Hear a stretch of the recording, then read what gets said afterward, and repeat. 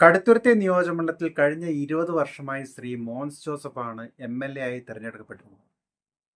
ഇത്രയും ദൈർഘ്യമേറിയ കാലഘട്ടം അദ്ദേഹം MLA ആയിട്ട് ഇരുന്നിട്ടും കടുത്തുരുത്തിയുടെ വികസന പ്രവർത്തനങ്ങളെക്കുറിച്ച് ആരെങ്കിലും എന്തെങ്കിലും ചോദിച്ചാൽ പ്രിയപ്പെട്ട MLAയും അദ്ദേഹത്തിന്റെ അനുയായികളും ഇരുട്ടിത്തപ്പുകയാണ്.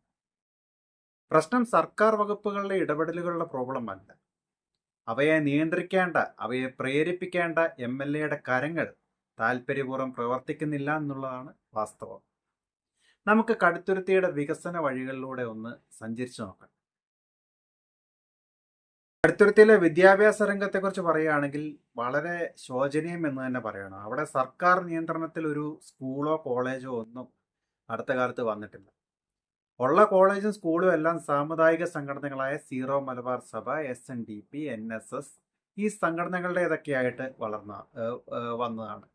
ചിലപ്പോൾ കടുത്തുരുത്തി MLA മനസ്സുകൊണ്ട് ആഗ്രഹിക്കുന്നുണ്ടാവും ഇവിടെ വിദ്യാഭ്യാസവും അറിവും ഉള്ള ഒരു ജനത ആ മണ്ഡലത്തിൽ വളർന്നു വരരുത് എന്ന് ആഗ്രഹിക്കുന്നുണ്ടാവും. എന്നാലേ അദ്ദേഹത്തിൻ്റെ ഇപ്പോഴത്തെ ഗിമ്മിക്കുകളൊക്കെ കാണിച്ച് വീണ്ടും വീണ്ടും തിരഞ്ഞെടുപ്പുകളിൽ കണ്ടിന്യൂസ് ആയിട്ട് ജയിക്കാൻ പറ്റുള്ളൂ എന്നൊരു ചിന്ത ചിലപ്പോൾ അദ്ദേഹത്തിന് ഉണ്ടാവാം കേട്ടോ. പറയാൻ പറ്റിയല്ലേ എന്താണ് അദ്ദേഹം ചിന്തിക്കുന്നതെന്ന് നമുക്ക് ഊഹിക്കാവുന്നതിൻ്റെ അപ്പുറമാണ്.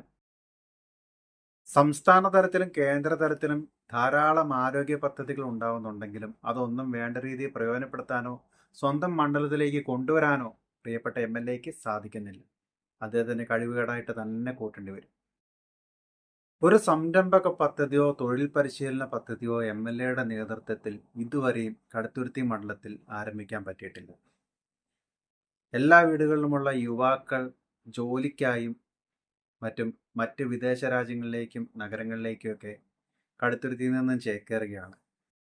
എല്ലാ വീടുകളിലും കാരണവർമാർ മാത്രം അവശേഷിക്കുന്നൊരവസ്ഥ. മോൻസ് ജോസഫ് പരിപാടികളിൽ പങ്കെടുക്കുകയും പ്രസംഗിക്കുകയൊക്കെ ചെയ്യുന്നുണ്ട്. പക്ഷേ നടപ്പിലാക്കേണ്ട, നിരീക്ഷിക്കേണ്ട ചില കാര്യങ്ങളുണ്ടല്ലോ, അവയിലൊന്നും ഒരു പൊതുസംവാദത്തിലൊന്നും ഏർപ്പെടാൻ അദ്ദേഹം തയ്യാറാവുന്നില്ല. എനിക്കൊന്ന് അദ്ദേഹത്തിന് ജനങ്ങളെ അഭിമുഖീകരിക്കാൻ ഒരു മടിയുള്ള പോലെ, ഒരു ഓടി ഒളിപ്പിക്കൽ പോലെയാണ് നമുക്ക് കടുത്തുരുത്തി മണ്ഡലത്തിലുള്ളവർക്ക് പൊതുവെ ഫീൽ ചെയ്യുന്നത് കേട്ടോ. കേരളത്തിലെ 140 നിയോജകമണ്ഡലങ്ങളിൽ ഏറ്റവും കൂടുതൽ സ്വിമ്മിംഗ് പൂളുകളുള്ള മണ്ഡലം കടുത്തുരുത്തിയായിരിക്കും കേട്ടോ. പക്ഷെ അത് ഹോട്ടൽസിലോ അല്ലെങ്കിൽ ലോഡ്ജിലോ വീടിൻ്റെ മച്ചിൻ്റെ പുറത്തോ അല്ലെങ്കിൽ പറമ്പിലോ ഒന്നും അല്ല.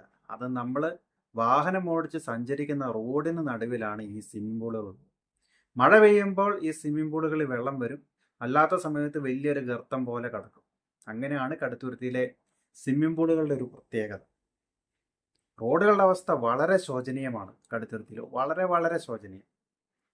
വലിയ വലിയ കുഴികളും ഗർത്തങ്ങളും ഒക്കെയാണ് കടുത്തുരുത്തി നിയോജകമണ്ഡലത്തിലെ റോഡുകളിലുള്ളത്. PWD വകുപ്പിന്റെ നേരിട്ടുള്ള ചില പദ്ധതികൾ ഒഴിച്ചാൽ MLAയുടെ പക്ഷത്തു നിന്നും റോഡ് പണിക്ക് വേണ്ട യാതൊരു കാര്യങ്ങളും അവിടെ നടക്കുന്നില്ല. ചില പ്രവർത്തനങ്ങളൊക്കെ, ചില പദ്ധതികളൊക്കെ രേഖാമൂലം വരുന്നതാണെങ്കിൽ അത് സമയബന്ധിതമായി തീർക്കാനോ ഒന്നും MLAക്ക് കഴിയുന്നില്ല. അത് അദ്ദേഹത്തിന്റെ കഴിവുകേടായിട്ട് തന്നെ നമ്മൾ കൂട്ടേണ്ടി വരും. ഇടതുപക്ഷ സർക്കാർ അധികാരത്തിൽ വന്നിട്ട് ഏകദേശം 10 കൊല്ലം പൂർത്തിയാവുകയാണ്.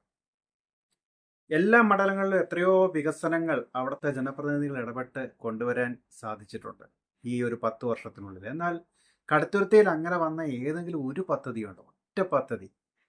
MLA അദ്ദേഹത്തിൻ്റെ അനുയായികളെ ഞാനിത് പറയാനായിട്ട് വെല്ലുവിളിക്കുകയാണ്. എന്തെങ്കിലും ഒരു പദ്ധതി നിങ്ങൾക്ക് ചൂണ്ടിക്കാണിക്കാൻ കഴിയുമോ അല്ലെങ്കിൽ ഉയർത്തി കാണിക്കാൻ കഴിയുമോ? ഒരിക്കലും പറ്റില്ല. കടുത്തുരുത്തിയിലെ ജനങ്ങൾ മനസ്സിലാക്കേണ്ട ഒരു പ്രധാനപ്പെട്ട കാര്യമുണ്ട്. നിങ്ങളുടെ ജനപ്രതിനിധി നിങ്ങളുടെ നാടിൻ്റെ നന്മ ഏറ്റെടുത്ത് നടത്തുന്ന നന്മയുള്ള ഒരു രാഷ്ട്രീയ പ്രവർത്തകനാണ്. അല്ലാതെ കല്യാണങ്ങളിലും മുടങ്ങാതെ പങ്കെടുത്ത്, മരണച്ചടങ്ങുകളിലും മുടങ്ങാതെ പങ്കെടുത്ത്, മാമോദീസയും ചാത്തവും എല്ലാം കൃത്യമായി പങ്കെടുത്ത്, കണ്ണിൽ പൊടിയിട്ട് ചിരിച്ചു കാണിച്ച് നടക്കുന്ന ഒരു ജനപ്രതിനിധിയാവാൻ പാടില്ല നിങ്ങളുടെ MLA. വികസന പ്രവർത്തനങ്ങളിലേക്ക് കൂടുതൽ ശ്രദ്ധ ചെലുത്തുന്ന നല്ല വിഷൻ ഉള്ള ആൾക്കാരെ തിരഞ്ഞെടുക്കാൻ ഇനിയെങ്കിലും കടുത്തുരുത്തിക്കാർ ശ്രദ്ധിക്കണമെന്ന് താഴ്മയായി വിനീതമായി അഭ്യർത്ഥിച്ചു കൊള്ളുന്നു. നന്ദി.